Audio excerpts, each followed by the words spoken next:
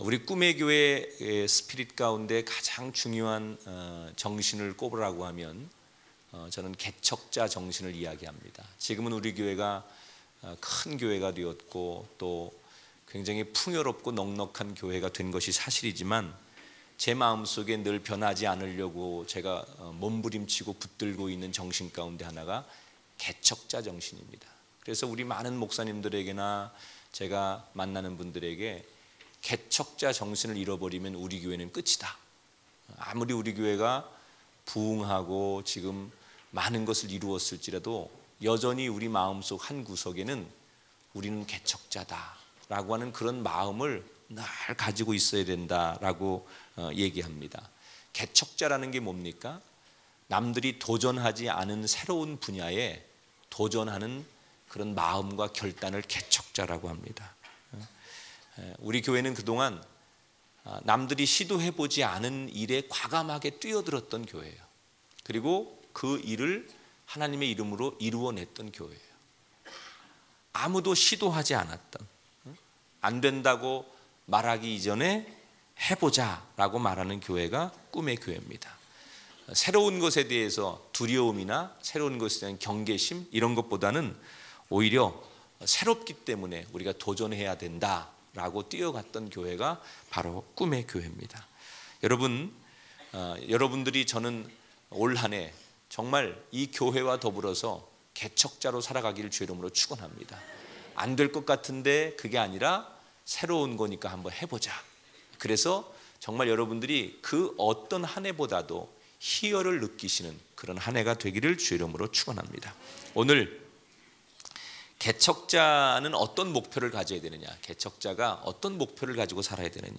자, 세 가지를 얘기할게요. 개척자가 되려면 우선 목표를 설정해야 되는데 가장 중요한 것은 첫 번째 단계가 말씀을 듣는 거예요. 말씀을 듣는 거예요. 따라합시다. 말씀이 들려야 목표를 세울 수 있습니다. 자, 1절을 다시 한번 읽어보겠습니다. 화면을 통해서 읽어보죠. 여호와의 종 모세가 죽은 후에 여호와께서 모세의 수종자 눈의 아들 여호수아에게 말씀하여 이르시되. 자, 오늘 말씀은 모세의 뒤를 이어서 이스라엘의 후계자가 된 여호수아가 하나님으로부터 부름을 받고 말씀을 듣는 장면으로 오늘 본문 말씀이 시작이 됩니다. 자, 여호수아가 가나안이라고 하는 목표를 향해 진군하는 첫 걸음이 뭐예요? 하나님 말씀을 듣는 거였어요.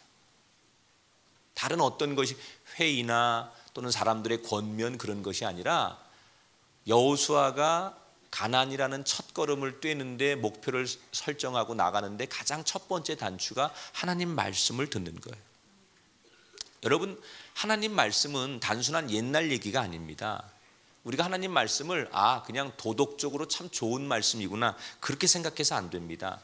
우리의 교양의 수준을 높이기 위한 그런 일반 상식과 같은 좋은 이야기다라고 정도로 생각하시면 안 됩니다. 하나님 말씀은 새로운 세상을 창조하는 능력이 있습니다. 병들고 미약한 사람을 온전하고 강하게 만드는 말씀이 하나님 말씀입니다. 어리석고 아둔한 자가 하나님 말씀을 들으면 지혜롭게 됩니다. 겁쟁이를 위대한 용사로 만드는 게 말씀이고 어떠한 불가능도 가능하게 만드는 게 하나님 말씀인 줄 믿습니다. 그래서 역사 속에 수많은 위인들이 하나님 말씀을 듣고 전부 다 일어섰습니다. 우리가 잘 아는 대로 하나님 말씀을 들었기 때문에 나는 말도 제대로 못하는 사람입니다 라고 쭈삣거렸던 80살의 모세가 민족의 위대한 지도자가 될 수 있었습니다. 하나님 말씀을 들었기 때문에 겁쟁이 기드온이 불과 300명의 용사들을 데리고 모레알같이 많은 미디안 군사를 물리칠 수 있었습니다. 하나님 말씀을 들었기 때문에 다니엘과 그 세 친구들은 바벨론의 수많은 천재들보다 뛰어날 수 있었습니다. 지난 연말 우리는 안타까운 한 분의 죽음의 소식을 들었습니다. 저도 개인적으로 참 가깝게 지냈던 신바람 박사 황수관 연세대학교 의대 교수님이 별세하셨습니다. 이분의 고향은 경주 근처에 아주 촌구석에서 이분은 태어나서 거기서 어린 시절을 보냈습니다. 그런데 이 황 박사님 집안은 너무너무 가난했습니다. 조상들로부터 물려받은 것은 자기 할아버지 때부터 내려오는 하나님 말씀밖에는 자기 집안에 가진 것이 없는 집안이었어요. 얼마나 가난했든지 학비가 면제되는 중학교를 찾아서 그 학교를 진학하려고 하다 보니 걸어서 편도로 무려 4시간이나 걸리는 거리를 통학해야만 했습니다. 중학교를 간신히 졸업하고 고등학교를 가야 되는데 갈 학교가 형편이 안 돼서 자기한테 장학금을 주고 자기가 다닐 형편에 맞는 고등학교를 선택했는데 개교에서 졸업할 때 폐교가 된 똥통학교를 다녔어요. 공부를 못해서가 아니라 자기 형편에 맞춰 다니려고 하다 보니까 개교에서 들어갔는데 자기 졸업할 때 폐교가 된 학교예요. 완전히 그냥 손가락질하는 똥통학교를 다닌 거죠. 그런데 이분이 공부에 대한 열정이 있었어요. 그래서 교육학을 공부하며 야간 대학원을 다니던 중에 자기가 평상시 하고 싶었던 의학에 대한 마음이 끌려서 의대 수업을 그냥 첨강하기 시작했어요. 의대 교수님들이 너는 의대생도 아닌데 왜 여기 의대에 들어와서 첨강을 하냐고 공개적으로 때때로 수모를 주었지만 황 박사님은 아랑곳하지 않고 계속 수업을 첨강했습니다. 한 번은 중간고사 때 그에게 시험지를 주지 않자 나에게도 시험지를 달라며 교수에게 항의하는 뻔뻔한 학생이기도 했습니다. 그렇게 졸업장도 못 받는 의학 수업을 황수관 박사는 8년이나 첨강을 했습니다. 더 황당한 것은 의대 졸업장도 없는 그가 연세대학교 의대 교수 공개 체험에 과감하게 지원을 했고 그 결과 유학파나 명문 의대 출신의 쟁쟁한 경쟁자들을 물리치고 이 황수관이라고 하는 분이 당당하게 연세대학교 의대 교수가 되었습니다. 한마디로 말하면 기적이 그에게 일어난 겁니다. 여러분 어떻게 황수관이라고 하는 분에게 이런 기적이 일어날 수 있겠습니까? 바로 황 박사님 집안이 하나님 말씀을 신실하게 붙드는 가정이었기 때문입니다. 그분의 삶은 신바람은커녕 고되고 고된 인생이었지만 하나님 말씀은 그의 인생을 신바람 나는 인생으로 만들어 주셨습니다. 여러분 2013년을 시작하셨는데 앞길이 막막하십니까? 미래가 두려우십니까? 하나님의 능력의 말씀을 들으십시오. 기적의 말씀을 붙드십시오. 말씀을 듣는 것 자체가 사명의 시작이요 기적의 시작인 줄 믿습니다. 오늘 아침 이 말씀이 여러분에게 들렸다는 것은 여러분 인생의 기적이 시작된다는 거예요. 오늘 이 말씀을 붙든다는 것은 여러분 삶의 기적이 시작된다는 거예요. 말씀 붙들고 살아가는 인생이 되기를 축원합니다. 두 번째 따라합시다. 위기가 목표를 분명하게 만듭니다. 자, 2절 맨 앞부분에 보면 내 종 모세가 죽으니 이렇게 써 있어요. 자, 이 말씀이 하나님 말씀이 참 당황스럽죠. 지금 여호수아가 이스라엘 백성들을 이끌고 가나안 땅에 들어가야 되는 이유가 모세가 죽었기 때문에 네가 이 백성들을 데리고서 가나안 땅에 가야 된다는 거예요. 지금 여호수아와 이스라엘 백성들의 입장에서는 그들을 광야에서 40년이나 이끌었던 민족의 지도자 모세의 죽음은 한마디로 절망입니다. 이스라엘 백성들에게 지금까지 모세는 누굽니까? 눈에 보이는 하나님이에요. 눈에 보이지 않는 하나님을 믿고 이스라엘 백성들이 왔지만 적어도 모세라고 하는 사람은 이스라엘 백성들에게 눈에 보이는 하나님과 같은 존재예요. 지금 이 광야에 남겨진 이스라엘 백성들은 다 광야 2세대들입니다. 출애굽 당시에 20살 이상의 사람들 중에 여호수아와 갈렙 이외에는 살아남은 사람이 없어요. 그러므로 가장 나이 많은 사람이 60세고 사실상 평생을 단 한 사람의 지도자 모세만 바라보고 살던 사람들이에요. 기적이죠. 40년 동안 모세가 이끄는 곳에는 항상 먹고 마실 것이 있었어요. 모세가 이끌기만 하면 거기에서는 항상 풍요가 있었어요. 모세가 가자고 하면 거기에는 살 길이 있었어요. 모세가 이끄는 곳엔 항상 기적이 있었어요. 우리는 이렇게 좋은 지도자를 만나야 돼요. 그 광야라고 하는 것은 살 수 없는 곳이에요. 그런데 모세가 이끄는 곳에 가보면 거기에는 하늘에서 내려주는 만나가 늘 있었고, 모세가 가자고 하는 곳에 가면 그 반석에서 물이 나오고, 모세가 이끄는 대로만 가면 늘 기적이 나타났어요. 낮에는 구름 기둥, 밤에는 불기둥으로 모세가 가는 길을 하나님께서 지켜주셨어요.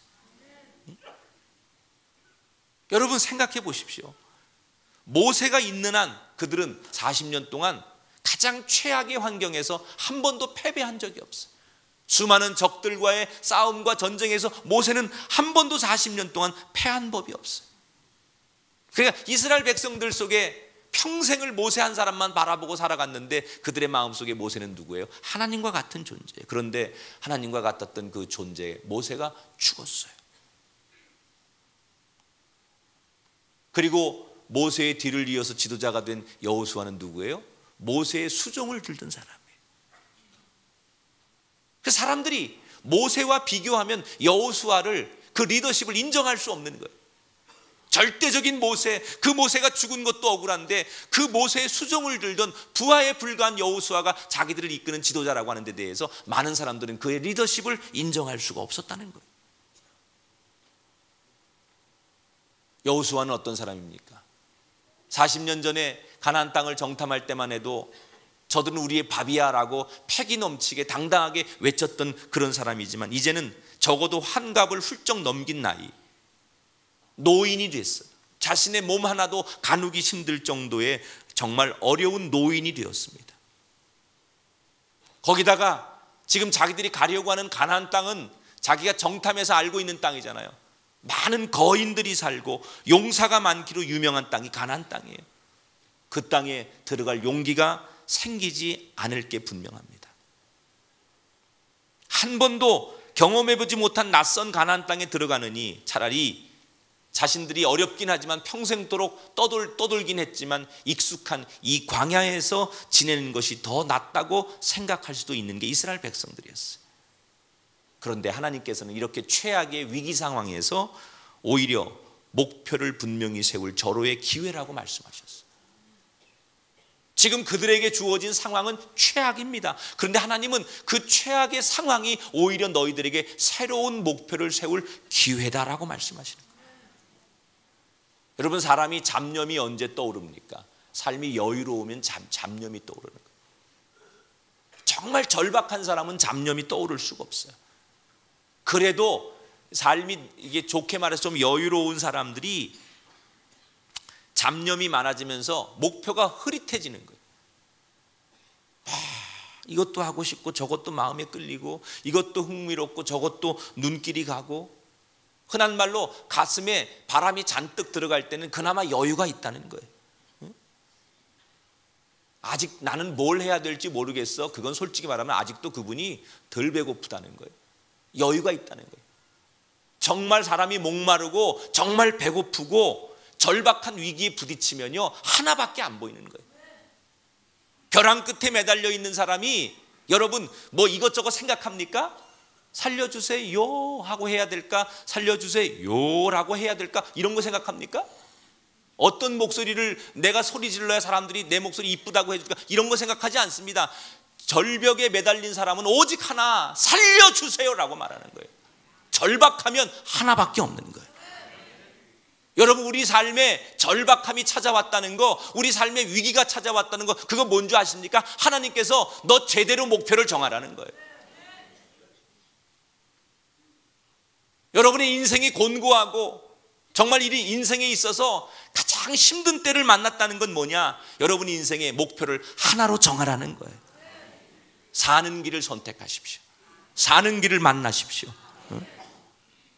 그러니까 하나님께서 우리를 사망의 음침한 골짜기로 이끄신다는 것은 우리 삶의 불필요한 쓰레기들을 청소하는 과정이에요. 그렇잖아요. 아직도 뭐 여유가 좀 있는 사람들이 뭐 이것도 해볼까 저것도 해볼까, 난 뭐 해야 될지 모르겠어. 난 그런 얘기 들어보면 넌 아직도 덜 배고프구나 그런 생각이 들어요.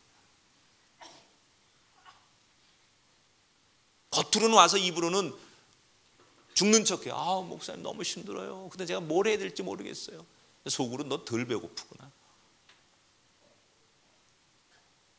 정말 배고픈 사람은요 하나님이 뭐든지 주시면 하겠습니다.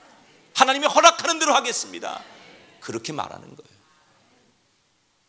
그런 간절함이 우리에게 있게 되기를 축원합니다. 여러분 삶에 고통스럽고 두려운 위기가 찾아왔습니까? 주저앉지 마시고 하늘을 바라보시기를 축원합니다. 지금이 바로 여러분이 목표점이 분명하게 보일 때예요.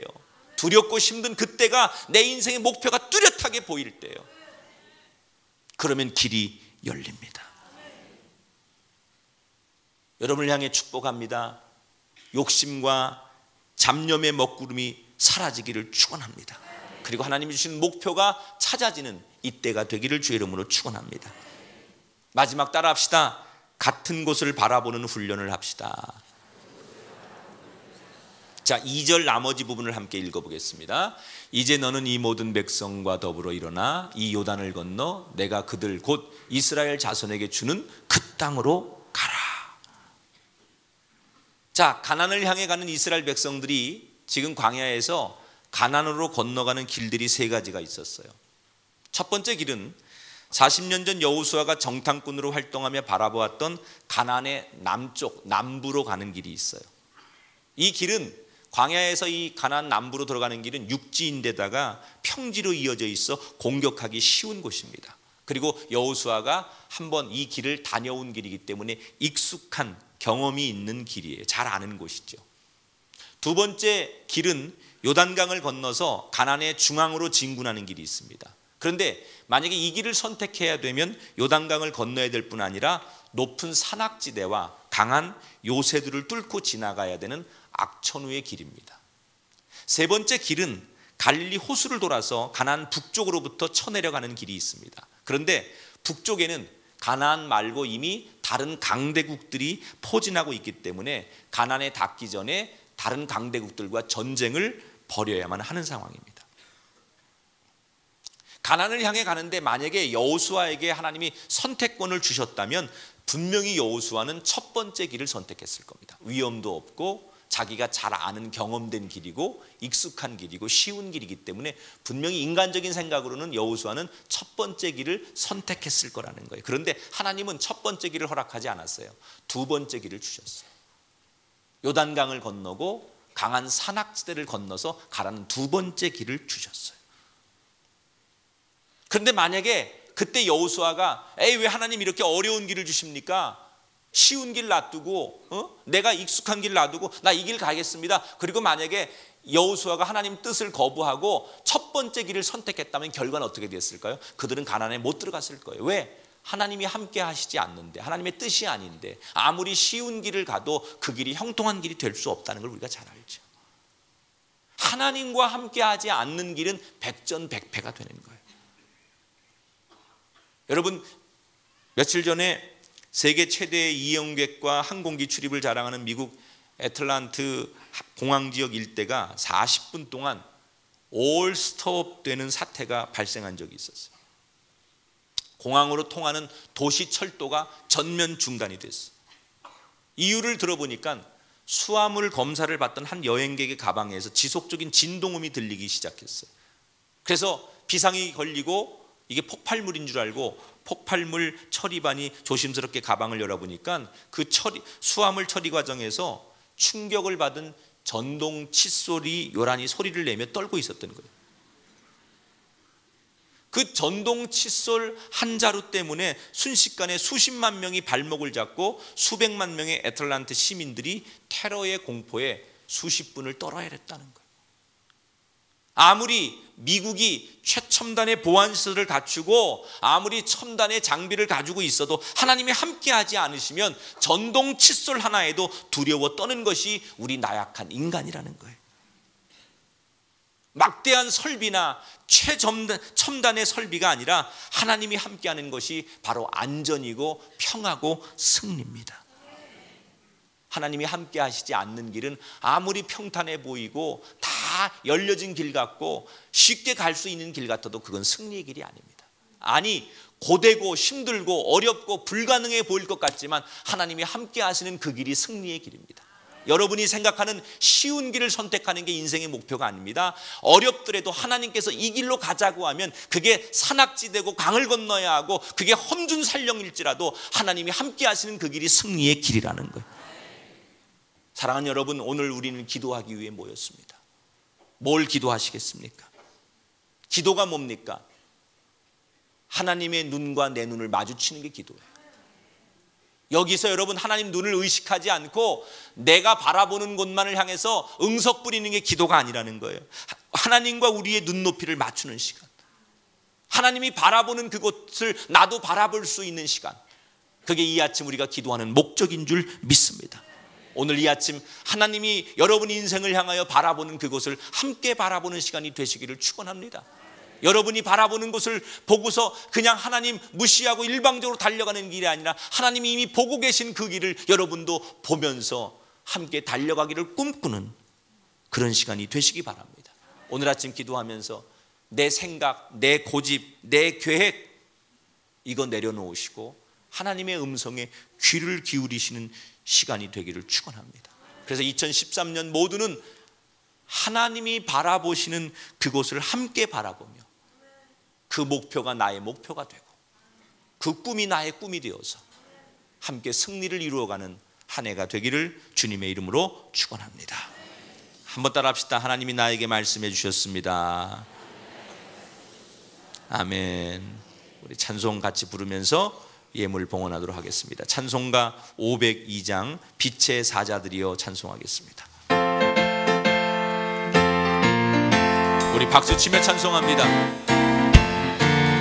빛의 사자들이여 어서 가서 어둠을 물리치고 주의 진리 모르는 백성에게 복음의 빛 비춰라. 빛의 사자들이여 복음의 빛 비춰라. 죄로 어두운 밤 밝게 비춰라. 빛의 사자들이여 선한 야역 위하여 힘을 내라. 주 함께 하시겠네. 주의 크신 사랑을 전파하며 복음의 빛 비춰라. 빛의 사자들이여 복음의 빛 비춰라. 죄로 어두운 밤 밝게 비춰라. 빛의 사자들이여 주님 부탁하신 말 순종하여 이 진리 전파하라. 산을 넘고 물 건너 힘을 다